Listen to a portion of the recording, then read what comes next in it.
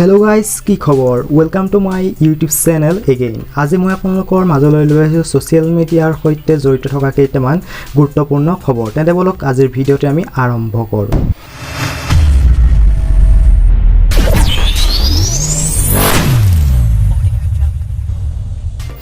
প্ৰথম খবৰটো আছে কালাৰ্ছ টিভিত সম্প্ৰচাৰিত নিমা ডেঞ্জংপা নামৰ চিৰিয়েলখনত অভিনয় কৰা অসম কন্যা সুৰভি দাসৰ বিষয়ে। সুৰভি দাসক ইনষ্টাগ্ৰামত কৰা কেইটামান প্ৰশ্নৰ উত্তৰ তেওঁ এনেদৰে দিছে, চাই লওঁ আহক। সুৰভি দাসক প্ৰথমে সোধা হৈছিল যে তেওঁ অভিনয়ৰ পৰা অসমলৈ ঘূৰি আহি তেওঁ প্ৰথমে কোনটো কাম কৰিব, আৰু তাৰ উত্তৰ তেওঁ কেনেদৰে দিছে, চাই লওঁ আহক। The first thing I'll do will meet my family and will eat Assamese food. Oh my god, I'm missing so much. তেওঁ সোধা দ্বিতীয়টো প্ৰশ্ন আছিল, আপুনি অসমৰ হোৱাৰ পিছতো আপুনি ইমান সুন্দৰকৈ কেনেদৰে হিন্দী ক'ব পাৰে, আৰু তাৰ উত্তৰ তেওঁ কেনেদৰে দিছে আমি চাই লওঁ। किसी चीज़ को अगर आप शिद्दत से चाहो तो उसे पाने के लिए हर कोशिश करनी चाहिए. हिंदी तो बहुत छोटी चीज़ है.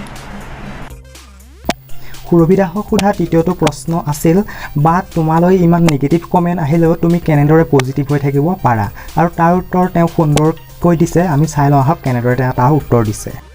বিকজ 10টা নেগেটিভ কমেণ্টছ আহিলে 50টা পজিটিভ কমেণ্টছ আহে, আৰু মোৰ কাৰণে সেই পজিটিভ কমেণ্টছকেইটা বেছি মেটাৰ কৰে। যদিও কেতিয়াবা এফেক্ট হওঁ, but at the end of the day doesn't matter. ইয়াৰ পিছতে আপোনালোকলৈ আছে দ্বিতীয়টো খবৰ জনপ্ৰিয় ধাৰাবাহিক শকুন্তলাৰ বিষয়ে। আপোনালোকে গম পাইছেই যে ৰং চেনেলত সম্প্ৰচাৰিত জনপ্ৰিয় ধাৰাবাহিক শকুন্তলা ইতিমধ্যে যোৱাকালি সমাপ্ত হৈছে, আৰু সেই সম্পৰ্কত শকুন্তলা ধাৰাবাহিকত এটি অন্যতম চৰিত্ৰত অভিনয় কৰা মানসপ্ৰতি মুদৈয়ে তেওঁৰ ব্লগ চেনেল মুদৈছ ব্লগত কেনেদৰে কি কৈছে আমি চাই লওঁ আহক। নমস্কাৰ, মই মানসপ্ৰতি মুদৈ। আপোনালোকে মোক চাই আছে শকুন্তলা ধাৰাবাহিকৰ শংকৰ নামৰ চৰিত্ৰটোত। আশা কৰোঁ সকলো ভালে আছে, ঘৰত আছে, সুস্থ হৈ আছে, ধুনীয়াকৈ নিজৰ কামবোৰ কৰি আছে। আৰু সৰ্বপ্ৰথমে ধন্যবাদ জনাব বিচাৰিছোঁ সকলোকে, যিসকলে শকুন্তলাক ইমান বেছি মৰম দি আদৰি লৈছে। যদিও শংকৰ চৰিত্ৰটো এটা কাল্পনিক চৰিত্ৰ, তথাপিও বাস্তৱ জীৱনত আমি শংকৰ চৰিত্ৰটো দেখিবলৈ পাওঁ, যিসকলে অভাৱত পৰি হওক অলপমান অৰ্থনৈতিকভাৱে সবল হ'বলৈ তেওঁলোকে নিজৰ আচল সুখবিলাক হেৰুৱাই মৰিচিকাৰ পিছত দৌৰি পৰিছে। মই অনুৰোধ জনাব বিচাৰিছোঁ তেখেতসকলক যাতে তেনেকুৱা নকৰি জীৱনৰ আচল সুখখিনি উপভোগ কৰে। আৰু এই সুযোগতে মই জনাবলৈ পাই সুখী হৈছোঁ যে শকুন্তলাৰ পিছত অৰ্থাৎ শকুন্তলা শেষ হোৱাৰ পাছতে 13 ছেপ্টেম্বৰৰ পৰা ৰঙত এখন সুন্দৰ ধাৰাবাহিক আহি আছে আপোনালোকৰ মাজলৈ, যাৰ নাম হৈছে অস্তিত্ব। যেনেকৈ শকুন্তলাক বহুত বেছি মৰম দি আদৰি ল'লে, যাতে তাতকৈ বহুত বেছি মৰম দি আদৰি লয়, তাকেই অনুৰোধ জনাইছোঁ।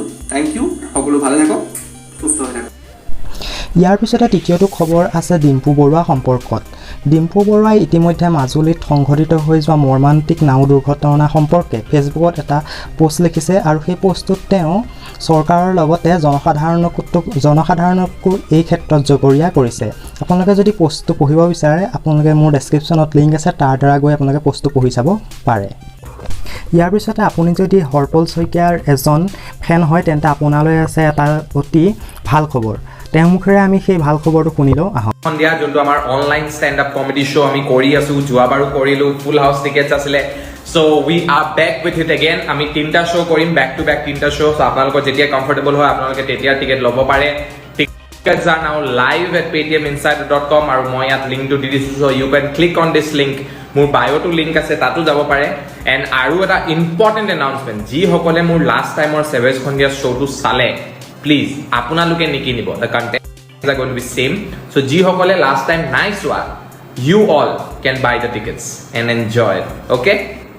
Bye bye. জলদি টিকেট কিনো।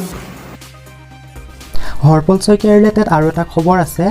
তেওঁৰ ছেকেণ্ড চেনেল ক্ৰুলেছ হৰপলত ইতিমধ্যে এটা ব্লগ আপলোড কৰিছে, আৰু যিটোত তেওঁ ঢেকীয়াখোৱা নামঘৰৰ লগতে মাজুলী অৰ্থাৎ নিমাতী ঘাটলৈ আহিছে, আৰু তাত তেওঁ মাজুলীৰ যি ভয়ানক নাও দুৰ্ঘটনা হ'ল সেই বিষয়ে কিছু কথা কৈছে। তেওঁ ব্লগত কি কৈছে আমি চাই লওঁ আহক। আৰু যদি আপোনালোকে সম্পূৰ্ণ ব্লগটো চাব বিচাৰে ডেছক্ৰিপশ্যনত লিংক আছে, আপোনালোকে গৈ পেলাই চাই ল'ব পাৰিব। চ' আৰু অতি সোনকালে ব্ৰিজখন যে হওক মানে সেইটো এটা আমি কামনা, এনেকুৱা ঘটনা যেন আৰু নহয়। ব্ৰিজখন হোৱাৰ লগে লগে আৰু এটা হ'ব লাগিব যে এফিচিয়েঞ্চিটো, মানে ইয়াত থকা যোনে কাম কৰি থাকিব বা যোন থাকিব হয় নাই, তেওঁলোকৰ এফিচিয়েঞ্চিটো বহুত দৰকাৰী হ'ব।